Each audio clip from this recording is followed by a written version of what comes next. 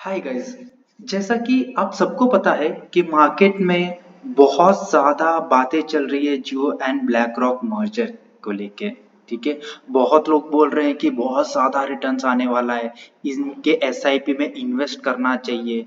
क्योंकि black rock के पास Aladdin है, जो बेसिकली अगर मैं आपको समझाऊं तो with the help of AI they are going to analyse कि कौन सा स्टॉक डाउन जाएगा, कौन सा स्टॉक अप जाएगा, और उस बेसिस पे लॉस होने के चांसेस बहुत ज़्यादा कम होंगे। ठीक है। तो अभी सवाल ये उठता है कि कौन सा एसआईपी किया जाए, because if you know there are 9 Jio BlackRock mutual fund are in the market. Okay, so which one is best for you? ठीक है। तो बेसिकली हम लोग वन बाय वन करके सारे 9 म्यूचुअल फंड्स के बारे में बात करेंगे, and and at the end हम ये बात करेंगे कि कौन से म्यूचुअल फंड में आपको इन्वेस्ट करना चाहिए, उसके रिस्क क्या है और उसके पैरामीटर्स क्या है। ठीक है। तो बेसिकली अगर जियो ब्लैक रॉक म्यूचुअल फंड्स हम देखें तो टोटल 9 उन्होंने कंपनी लिस्ट किया है सेबी की तरफ से। ठीक है। तो इसमें सबसे पहला आता है Jio BlackRock flexi cap fund. ठीक है। अब इन म्यूचुअल फंड्स को जानने से पहले ये जानना बहुत जरूरी है कि इनका नाम में क्या है। अगर हमको नाम पता चल रहा है, क्योंकि बहुत सारे नाम है, 50 इंडेक्स फंड है, नेक्स्ट 50 इंडेक्स फंड है, पैसिव इंडेक्स फंड है, ओवरनाइट फंड है, तो मतलब इतने सारे म्यूचुअल फंड्स है, तो इनका मतलब भी क्या है। तो बेसिकली अगर आप देखोगे जो black rock flexi cap fund, इस फंड की बात करें तो ये एक्टिव इक्विटी फंड है, फ्लेक्सी कैप है। मैं बताता हूँ कि फ्लेक्सी कैप वगैरह होता क्या है।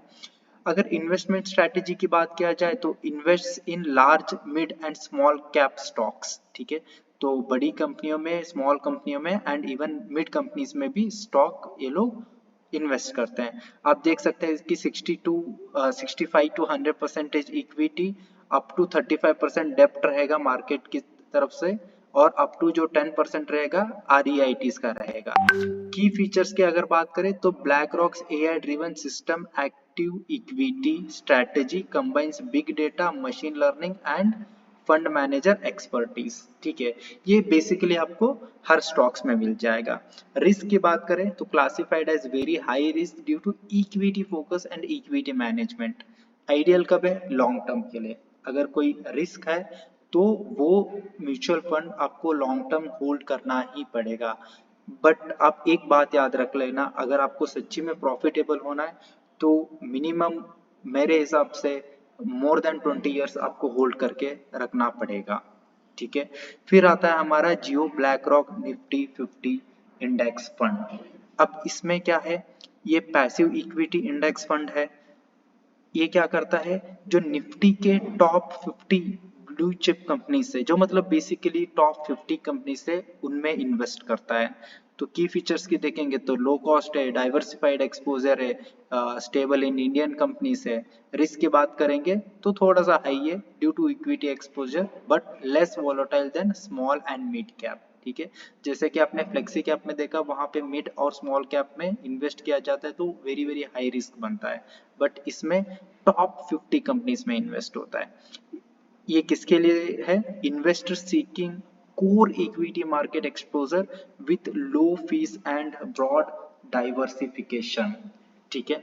तो बेसिकली अगर मैं Jio BlackRock flexi cap fund, जो फर्स्ट फंड है, उसकी बात करूं, यहाँ पे क्या होता है, यहाँ पे professional manager actively select the stock to outperform the market index basically, and it involves higher risk due to exposure of equity markets। ठीक है। जबकि Jio BlackRock Nifty 50 index fund, जो कि 50 निफ्टी टॉप 50 कंपनीज में इन्वेस्ट होता है, इसको हम लोग पैसिव इंडेक्स फंड भी बोल सकते हैं। ये क्या होता है ना, this fund replicates a stock market like the nifty 50। it invests in the same companies as the index। ठीक है। तो फर्स्ट टॉप 50 कंपनीज में। थर्ड हमारा आता है Jio BlackRock Nifty next 50 index fund. अब नेक्स्ट 50 इंडेक्स फंड का क्या होता है, जस्ट टॉप 50 कंपनीज के बाद के 50 कंपनीज। ठीक है। तो ये देखिए पैसिव इक्विटी इंडेक्स है, रेप्लिकेट्स निफ्टी 50 इंडेक्स है, नेक्स्ट 50 लार्ज कैप कंपनीज में ये इन्वेस्ट करता है। रिस्क की बात करें तो हाई है, again due to equity market, ठीक है। फिर ये भी लॉन्ग टर्म के लिए ही इम्पोर्टेंट है, ठीक है, शॉर्ट टर्म के लिए नहीं देख सकते हैं। फिर आता है हमारा Jio BlackRock Nifty mid cap. अभी यहाँ पे एक और टर्म आ गया mid cap. Mid cap funds are which mainly invest in mid sized companies with greater growth potential. Mid cap से ही आप समझ पा रहे हो कि जो मिड कंपनीज है उसमें इन्वेस्ट होता है। Tracks Nifty mid cap 150 investing in top India's top 150 mid sized companies. अब ये किसके लिए जरूरी है? ये भी again long term SIP investors के लिए ही। रिस्क अगेन हाई होगा क्योंकि मिड कैप कंपनी से आ रहा है। जैसे जैसे ये स्मॉल कैप में जाएगा वेरी हाई रिस्क भी बनेगा। फिर की फीचर्स की बात करें तो ये बैलेंस्ड रिस्क रहेगा, यहाँ पे generally more volatile than large cap, ठीक है।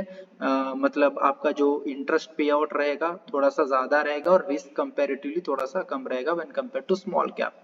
अभी फिफ्थ देख लेते हैं कि स्मॉल कैप। स्मॉल कैप क्या करता है ना, it only focuses on the companies that may have low growth potential, sorry, it may have a high growth potential, not low, sorry, high growth potential।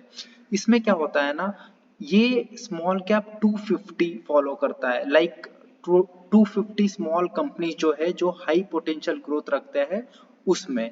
अब risk की बात करें तो very high है।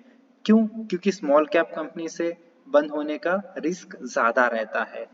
ये उनके लिए सही है जो अग्रेसिव इन्वेस्ट करना चाहते हैं, ठीक है। फिर आता है जियो ब्लैक रॉक का Nifty 50 8 to 13 year G sector index fund, ठीक है। अब ये क्या है? ये एक्चुअली डेब्ट फंड है, ठीक है। अभी आप देखेंगे इन्वेस्टमेंट स्ट्रेटेजी देखिए, mirrors Nifty 8 to 13 year G sector long term government bonds में इन्वेस्ट करता है। Key feature lower risk than equity. क्यों? क्योंकि गवर्नमेंट में इन्वेस्ट करते हैं। रिस्क ऑफ कोर्स मॉडरेट रहेगा। बेसिकली डेब्ट फंड क्या होता है? Invest in fixed income securities such as government bond, corporate bond and other डेब्ट instrument offer relatively stable returns with lower risk compare to equity. अगर risk कम है तो रिटर्न्स भी कम होंगे, अगर हाई रिस्क है तो रिटर्न्स भी हाई होंगे। फिर सेवेंथ आता है Jio black rock liquid fund. अब लिक्विड का क्या मतलब होता है? ये भी टाइप ऑफ डेब्ट फंड ही होता है, ठीक है। अ टाइप ऑफ डेब्ट fund investing in very short term securities, basically short term securities में इन्वेस्ट करता है अनलाइक द डेब्ट फंड, ठीक है। लिक्विड डेब्ट फंड है। इन्वेस्टमेंट स्ट्रेटेजी आप देख लीजिए, invest in very short high quality डेब्ट instrument, risk low risk, instant liquidity, suitable for parking surplus funds, risk again very low, ठीक है। फिर एट्थ हमारा आता है Jio BlackRock money market fund.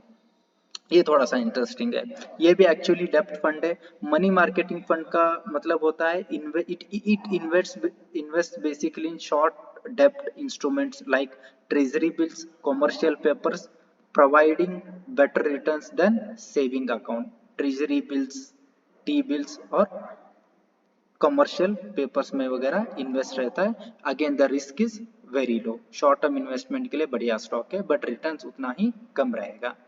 जियो ब्लैक रॉक ओवरनाइट फंड। अब overnight fund क्या होता है ना, अ डेब्ट fund that invest in security with one day maturity, ideal for parking money safely for short duration.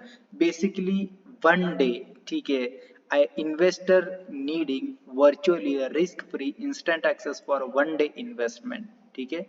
मतलब ये हमको क्या देता है? वन डे मेच्योरिटी देता है, ठीक है। तो ये हमारे जियो ब्लैक रॉक के प्रॉपर 9 म्यूचुअल फंड्स हैं, ठीक है। अब इनमें से अगर मैं ऑन एन एवरेज बताऊं तो आप इस चार्ट को रेफर कर सकते हो, ठीक है। तो फंड नेम देख सकते हो, टाइप क्या है, उसका रिस्क लेवल क्या है।